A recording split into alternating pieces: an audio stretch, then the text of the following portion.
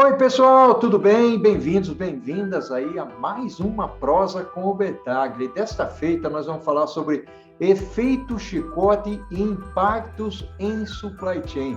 É um tema fantástico, muito legal, ao infinito e além, eu costumo dizer aqui.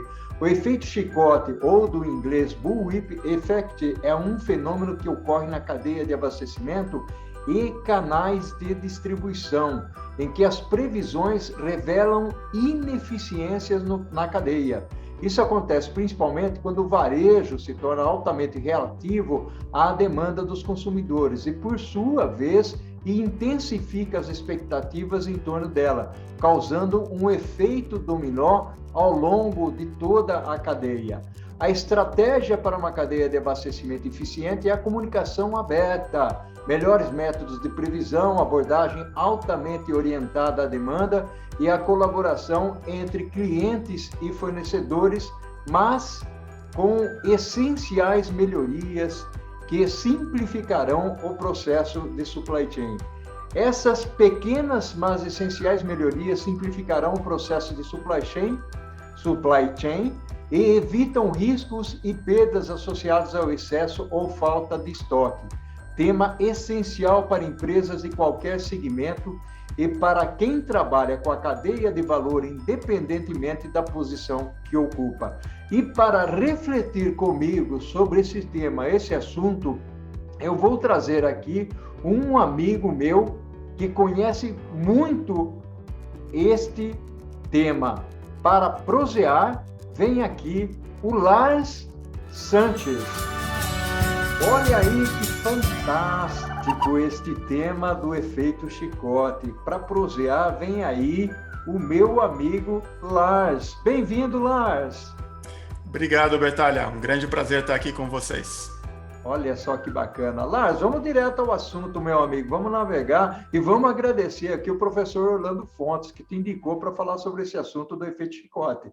Ok? Vamos lá. O que é e o que causa o efeito chicote, meu amigo? Vamos desbravar?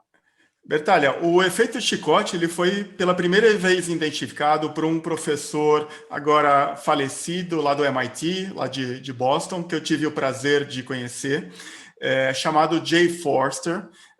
Ele identificou isso na década de 60, então há muito tempo atrás, né? E o que é o efeito chicote? Olha, imagine o seguinte: quando eu tenho uma pequena variação na demanda, por exemplo, no consumidor, né? O consumidor usa mais de um produto, tá? Que acaba acontecendo? Ele vai comprar mais coisa do supermercado, da loja em que ele faz a compra. Então, a demanda desse produto nessa loja aumenta, tá? Aí, o que essa loja faz? Ela compra mais de um distribuidor.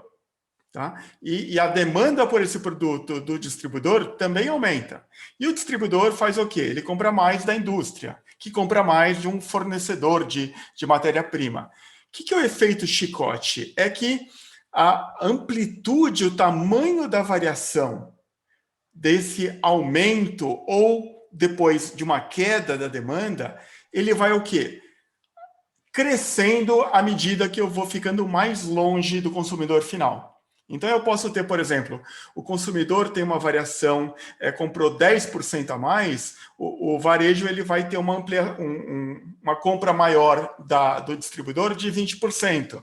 O distribuidor vai comprar mais 30%, 40% da indústria e assim por diante. Então, por que chama efeito chicote? Que imagine um chicote à la Indiana Jones. Tá? Você pega o cabo dele e começa a balançar, né? A parte que está perto do cabo, ela vai oscilar um pouquinho.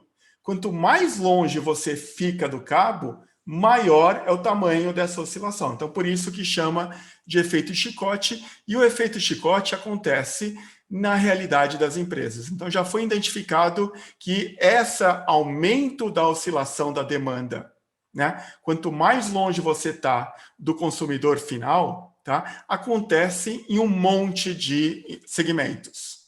Olha só que bacana, que perspectiva legal que você trouxe aí. Na realidade, até você usou aí o Indiana Jones, né?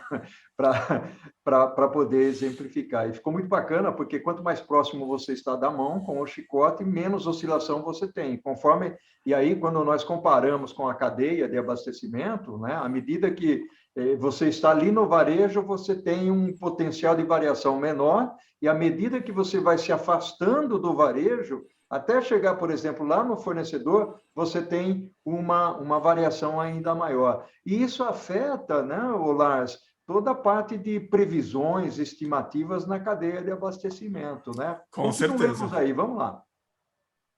Legal.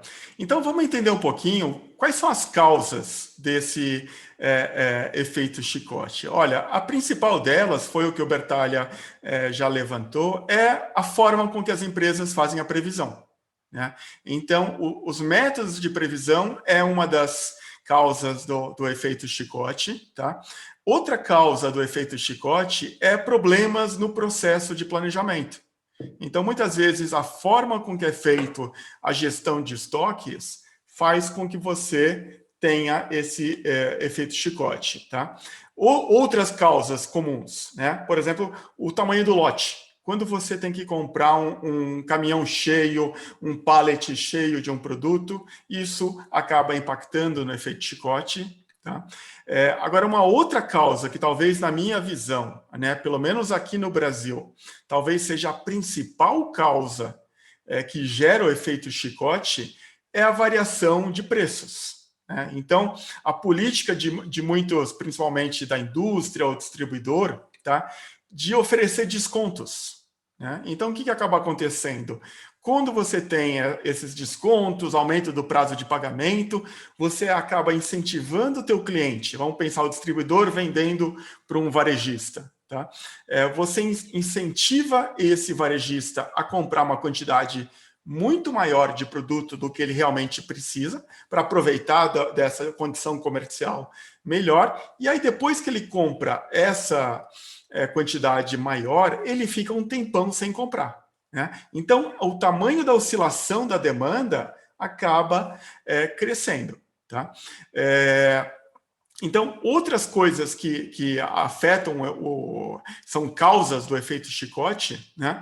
É o prazo de entrega. Então, muitas vezes você tem algumas indústrias, o prazo entre você pedir um produto e esse produto chegar demora muito, né? E isso acaba contribuindo para o efeito chicote, e também alguns problemas da infraestrutura. Então, por exemplo, a gente teve muito esse caso agora na época da pandemia, tá? Você teve momentos, eu vi fotos lá nos Estados Unidos, aconteceu bastante, né? Você tinha momentos em que todo mundo correu para comprar papel higiênico. Uhum. Né? Então, acabou o papel higiênico nos mercados, e um monte de mercado lá nos Estados Unidos. Tá? E aí, o que aconteceu? Um tempo depois, né, a indústria reagiu, né, mandou, os mercados pediu muito mais papel higiênico para a indústria, e a indústria mandou um monte de papel higiênico. E aí, então, eu vi fotos de, primeiro, a prateleira vazia, né? Sem papel higiênico nenhum, e depois os corredores lotados de papel higiênico. As pessoas mal conseguiam passar pelo corredor de tanto papel higiênico que tinha. Então, essas oscilações, né, até de comportamento do consumidor, a falta de produto, acaba também alavancando o efeito chicote. Fantástico, esse exemplo, inclusive, que você trouxe aí, uma perspectiva muito bacana para a gente compreender melhor o efeito chicote. Aliás, as pessoas, os líderes, os colaboradores de uma organização, eles precisam entender exatamente, até para fazer uma bela de uma gestão organizacional. Uma das coisas que eu gostaria de trazer aqui para a prosa, o Lars, dentro de todo esse contexto que você colocou, né, da demanda, da gestão de estoques, de tamanho de lote, prazos de entrega, como é que fica o impacto financeiro nesse contexto todo? Legal, ótima pergunta. Eu acho que assim, na minha visão, e também não é uma visão só teórica, tá? Eu faço muita consultoria para empresas e existe um potencial gigantesco, tá, para as empresas que querem atacar, né, querem tentar reduzir, eliminar 100% o efeito chicote é praticamente impossível, tá? Mas reduzir o tamanho dele, o impacto que isso pode trazer no resultado financeiro das empresas é gigantesco. E a maioria das empresas não percebe isso daí, porque é uma coisa que sempre aconteceu, né? Então, os executivos, eles acham que é normal. Né? Ah, não, sempre foi assim, tá? Então, eles não percebem a oportunidade, tá? Por que eu digo que tem um impacto financeiro gigantesco? Você pode afetar, o efeito chicote pode tanto afetar o que a gente chama do top line, ou seja, o faturamento, né? Você pode não conseguir entregar todos os produtos que os clientes pedem, seja na quantidade, no prazo, e muitas vezes você perde venda. Tá? Então, você acaba tendo que ter um faturamento, um volume de vendas menor. Muitas vezes você acaba também tendo um estoque muito alto e você tem que começar a desovar esse estoque, né? Dar desconto antes que ele fique obsoleto, se é um produto perecível antes que ele vença, né? Então, você acaba também reduzindo o teu ticket médio, o teu preço médio, afeta novamente o faturamento. E ele afeta uma série de linhas de custo, né? Desde o custo de transporte, que muitas vezes você tem que pegar um caminhão extra, né? Pegar um caminhão, um veículo spot, vai pagar mais caro pelo frete. Você tem que ter hora extra no armazém, porque você está tendo que carregar muito produto numa hora e você tem que pagar a hora extra. Você acaba tendo custo de armazenagem maior, porque você tem um estoque, em momentos você tem um estoque muito maior, então você tem que ou ter um espaço maior, ou você tem que recorrer a armazém externo. Tá? Então, só isso falando na logística, mas isso também afeta na parte de estoque. Tá? Que muitas vezes você tem que ter um desembolso de capital muito maior, você acaba aumentando o risco de ter produto obsoleto, tá? E afeta também a fábrica, né? Então, a fábrica também sofre muito com oscilações, né? Uma hora você pede para a fábrica produzir, rodar hora extra, rodar final de semana, abrir terceiro turno, e outra hora você está sem demanda. Então, fala, olha, põe todo mundo de férias. Né? Então, isso acaba afetando o custo de produção também, e esse mesmo efeito acaba impactando os fornecedores. E aí, o que os fornecedores fazem? Eles repassam essa ineficiência para o preço de compra.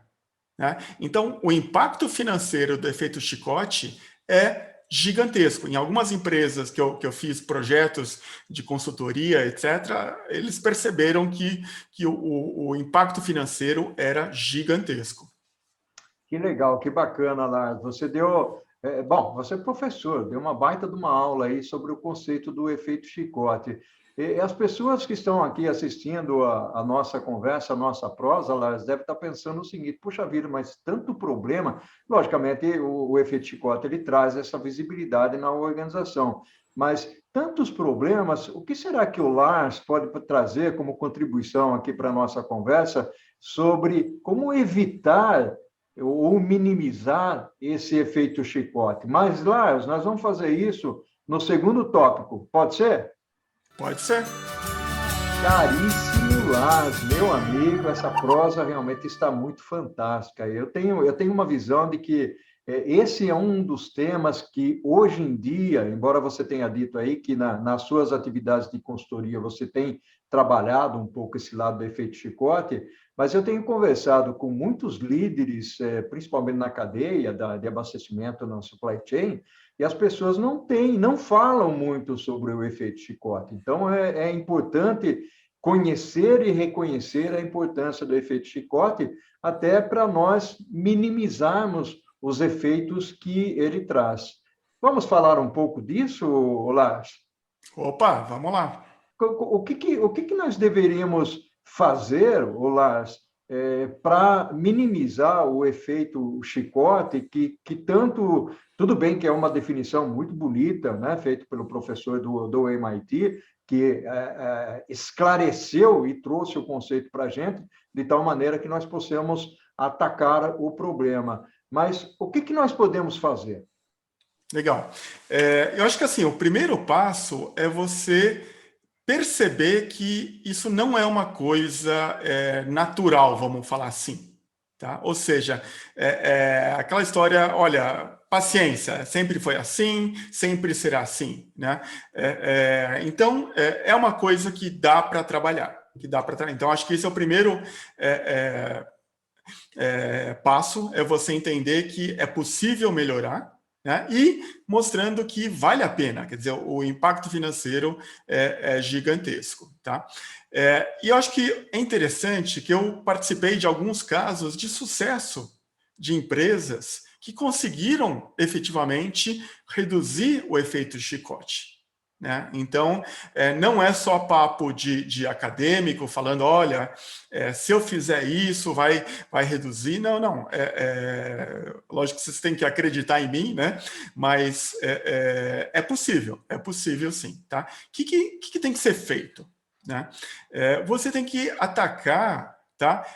As causas que a gente elencou. Então, a primeira principal é você melhorar a forma com que você faz o teu planejamento. Né? E aí, quando eu falo do planejamento, eu falo tanto do planejamento da demanda, né, tua previsão da demanda, como o teu planejamento de supply, né, de produção, de compras, de estoques. Tá? Então, para melhorar a forma com que você faz a previsão, uma das coisas fundamentais, né? E hoje as novas tecnologias permitem esse tipo de coisa, é você ter acesso a informações o mais próximos possíveis do consumidor. Né? Então, se você, por exemplo, no caso aqui, uma indústria, eu produzo, vamos voltar ao exemplo aí do papel higiênico. Né? Eu sou um produtor de papel higiênico. Tá? Eu quero ter visibilidade de quanto que o meu cliente, ou seja, os mercados, tá vendendo de papel higiênico para o consumidor. É o que a gente chama do sell-out. Né? Então, em vez de fazer uma previsão da demanda baseada apenas no sell-in, o que é o sell-in? É a compra do mercado para a indústria. Eu vou tentar fazer uma previsão da demanda usando dados do sell-out, quanto que o meu cliente, no caso aí, o exemplo que eu estou dando, o supermercado, vende para o consumidor final. Então, essa é uma das formas de você melhorar a previsão da demanda.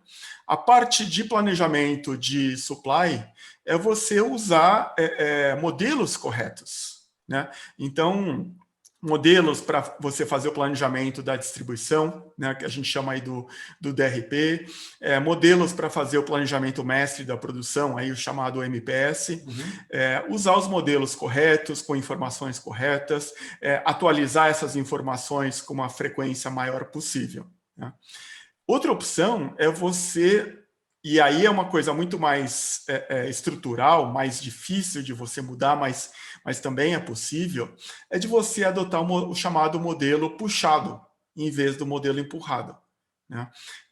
Não sei se isso já foi tema de outro podcast aqui, do modelo puxado e modelo empurrado. Né? Você trouxe uma ideia interessante, não foi tratado, mas nós vamos tratar. Então, tá bom. Né? Mas, resumidamente, quer dizer, em vez de você tomar decisões baseadas numa previsão, você tomar decisões baseadas no pedido. Tá? Então, essa é uma opção. Um grande potencial, né, ação é você mudar a forma com que você se relaciona com teus clientes e teus fornecedores. Né? Então, se você conseguir fazer um planejamento colaborativo, tá, com seus clientes e seus fornecedores, de tal forma que as informações de quanto que o meu cliente está vendendo, quanto que ele tem de estoque, qual é o ponto de reposição dele, por que ele pediu a mais, eu posso o quê? Usar essas informações para saber, né, realmente qual é a demanda que ele está tendo, se ele está me pedindo 100, esse 100 que ele está me pedindo, será que é porque vendeu mais 100? Né? Ou ele vendeu 40 a mais e ele baixou o estoque de segurança dele e ele está me pedindo mais 60. né? Então, se eu souber que o 100 do pedido dele, uma parte é demanda do consumidor e outra parte é só para repor o estoque de segurança, isso eu posso me trabalhar melhor, né, no meu planejamento. Tá? Outra ação é você tentar reduzir lead times. Né? Então, e aí quando eu falo de lead time, é tanto o lead time físico, né, o lead time de entrega, de transporte, o lead time de produção, tá? Mais o lead time também de informação, né? Uhum. Então, qual é a frequência que eu refaço o meu planejamento? Né? Então, eu estou fazendo hoje uma consultoria, uma empresa, lógico que eu não vou divulgar nada, né? Que a frequência de planejamento é trimestral. Né? Então, fala, poxa, será que eu não posso rever essa frequência para um planejamento mensal? Né? Algumas empresas, né, conheço casos de empresas que estão indo para o planejamento semanal. Uhum. Né? E tem casos, né, o Bertalha conhece bem isso daí, a parte do varejo, tem casos de que é planejamento diário. Né? E eu conheço casos que o ciclo de planejamento é a cada 2 horas. Uhum. Né? Então é um caso extremo. Tá? Mas você reduzir esse ciclo de planejamento aí. Tá? Trabalhar com o tamanho do lote, né? Então você tentar reduzir o lote de produção, reduzir o lote de transporte, reduzir o lote de compra, tá? São outras formas aí de você estar reduzindo o efeito chicote. E é sensacional tudo isso que você trouxe, Lars, porque hoje nós falamos sempre, principalmente quando nós tocamos na supply chain, na cadeia de abastecimento, toda uma contextualização voltada a ter uma cadeia mais digital, né? Onde a colaboração, você mencionou aí a parte de colaboração, que não é novo, né, Lars? Eu me recordo quando eu trabalhava na Unilever, você também foi Unilever, né? Trabalhava na Unilever, nós já tínhamos aí com algumas redes de supermercados, Pão de Açúcar, Carrefour, essa relação de colaboração, ainda que na época nós não tivéssemos uma tecnologia tão avançada, com dados que permitissem ter uma velocidade e uma acuracidade grande. Tomando isso como exemplo, Lars, e buscando um elemento que hoje se torna cada vez mais importante nas nossas atividades, tanto pessoais quanto empresariais, eu gostaria de trazer para a nossa pauta aqui da prosa o elemento tecnologia. Antes ainda de falar de tecnologia, eu gostaria de colocar um outro, já que você falou tanto de planejamento e falando de periodicidade de planejamento, tem um outro elemento que é importantíssimo para se utilizar nesse contexto aí do efeito chicote, que é o Sales Operations Planning. Ou seja, são as pessoas se relacionando, interagindo, vendo onde está o problema e trazendo à tona tudo isso, né, esse arcabouço que você montou aí de tamanho de lote, lead time, relação com o cliente, com o fornecedor e tal. Mas, voltando ao assunto tecnologia, como é que você enxerga a tecnologia permeando tudo isso? Perfeito. Então, eu acho que assim, a tecnologia, ela tanto o avanço da qualidade das informações disponíveis, como também a redução do custo, né? Tanto para captar essas informações, para transmitir essas informações, para processar essas informações, foi dramática, foi gigantesca nessas últimas, vamos falar assim, últimos 15 anos, 20 anos aí. Né? Só que o que acontece é que muitas empresas ainda não sei se não perceberam isso, mas não estão aproveitando da forma que poderiam aproveitar essa mudança aí da redução do custo de tecnologia. Então, muitas empresas ainda, os processos, a forma de pensar, a forma de se estruturar, né, não foi revista para se aproveitar dessas novas informações que estão disponíveis. Então, a tecnologia, ela permite, né? Então eu consigo hoje, né? Se a gente for até mais longe, hoje eu já tenho geladeiras que estão conectadas. Uhum. Né? Então ela vê o prazo, não só a quantidade de produto tá? Que está dentro da geladeira, né? Estou falando da geladeira dentro da casa das famílias, né? Ela sabe a validade, tá? E você pode colocar parâmetros, olha, eu quero sempre ter, vamos falar aqui coisa boa, eu quero sempre ter um packzinho de cerveja na minha geladeira, tá? Então eu quero ter sempre 6 long neck aqui na minha geladeira, tá? E a geladeira, ela mede quantas long neck, ela sabe quantas long neck tem lá dentro, né? E ela pode falar, olha, tá só com 2, né? E está chegando o final de semana. Opa, então está na hora de repor.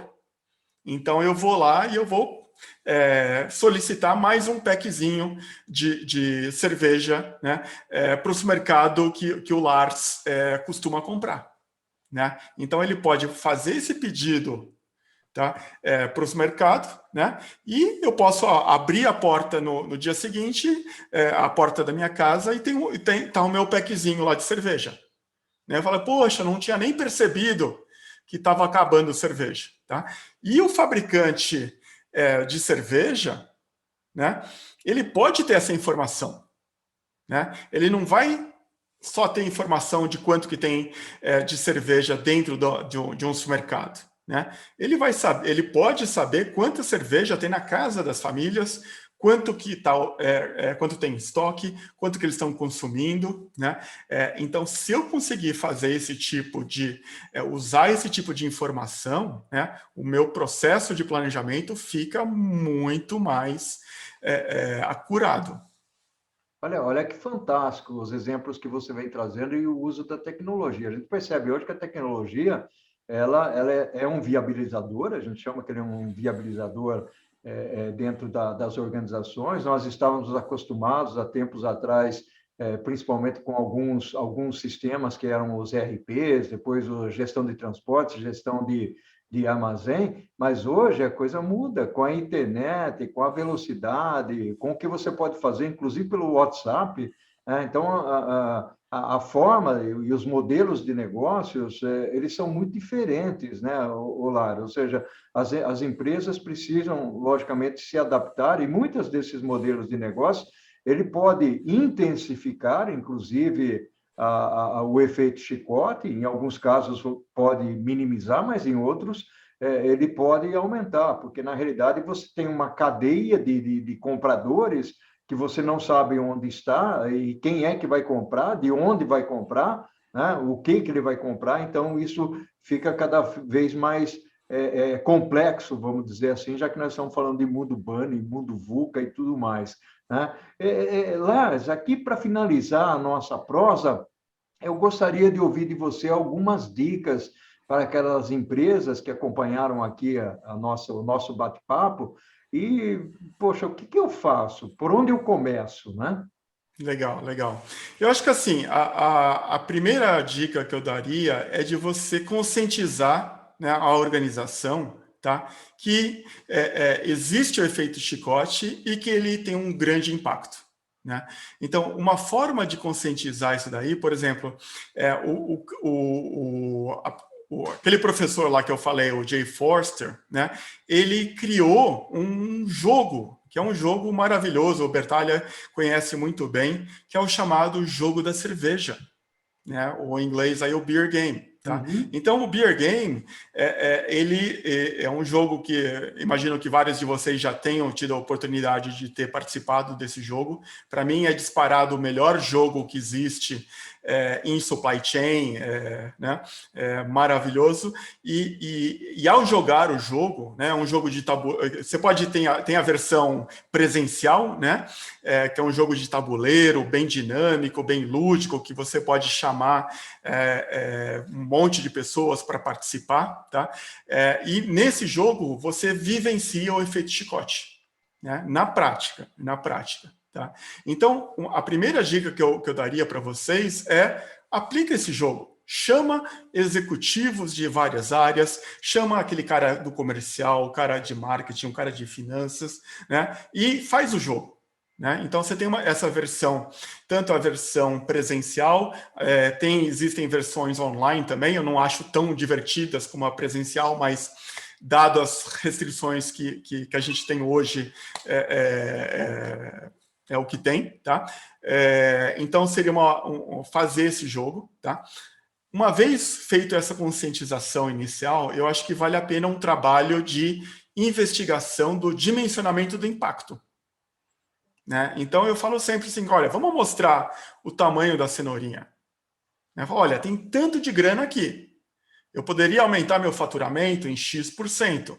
Eu poderia reduzir meu estoque em Y%. Eu poderia reduzir meu frete em tanto por cento. Tá? Então, fazer um trabalho de, se eu reduzir a variabilidade da minha demanda, quanto que eu poderia aumentar de faturamento, reduzir de custo, reduzir de ativos, né? Estoque, tamanho das minhas instalações, etc. Né? E aí você vai, com certeza, já ganhar um parceiro fundamental nesse processo, que é o financeiro. Né? Então, quando o financeiro vê, poxa, eu tenho X de grana aqui na mesa, ele fala, opa, me explica melhor o que é esse tal de efeito chicote. Tá? E provavelmente ele vai te ajudar a convencer o CEO, né? Falar, olha, me interessa. Né? Me interessa. Tá? E uma vez você conseguido esse comprometimento da alta gerência, né? Aí é fazer um trabalho de procurar identificar as causas do efeito chicote na sua organização, tá? E começar a atacar essas causas. Né? O que eu posso fazer? Eu posso melhorar meu processo de previsão? Ah, legal, minha previsão está muito mal feita, etc. Tá bom, vamos melhorar esse processo. Ah, não, meus lead times são muito grandes, eu compro coisa muito importada, eu uso informação desatualizada, né? Meu lote de produção está muito alto, e assim vai. Tá? E aí você vai atacando as causas e o efeito chicote acaba sendo reduzido. Bacana. Lars, meu amigo, gratidão enorme pela sua participação aqui na Prosa com Bertaglia, foi fantástica, né? Trouxe um conhecimento profundo de um assunto que é extremamente importante e que merece uma atenção especial pelas empresas, né? E pelos líderes aí. Meu amigo, um abraço virtual para você, tudo de bom, sucesso. Prazer. Ao infinito e além. O que nós fazemos em vida ecoa pela eternidade. Obrigado, para você também. Tchau, Lars. Até mais.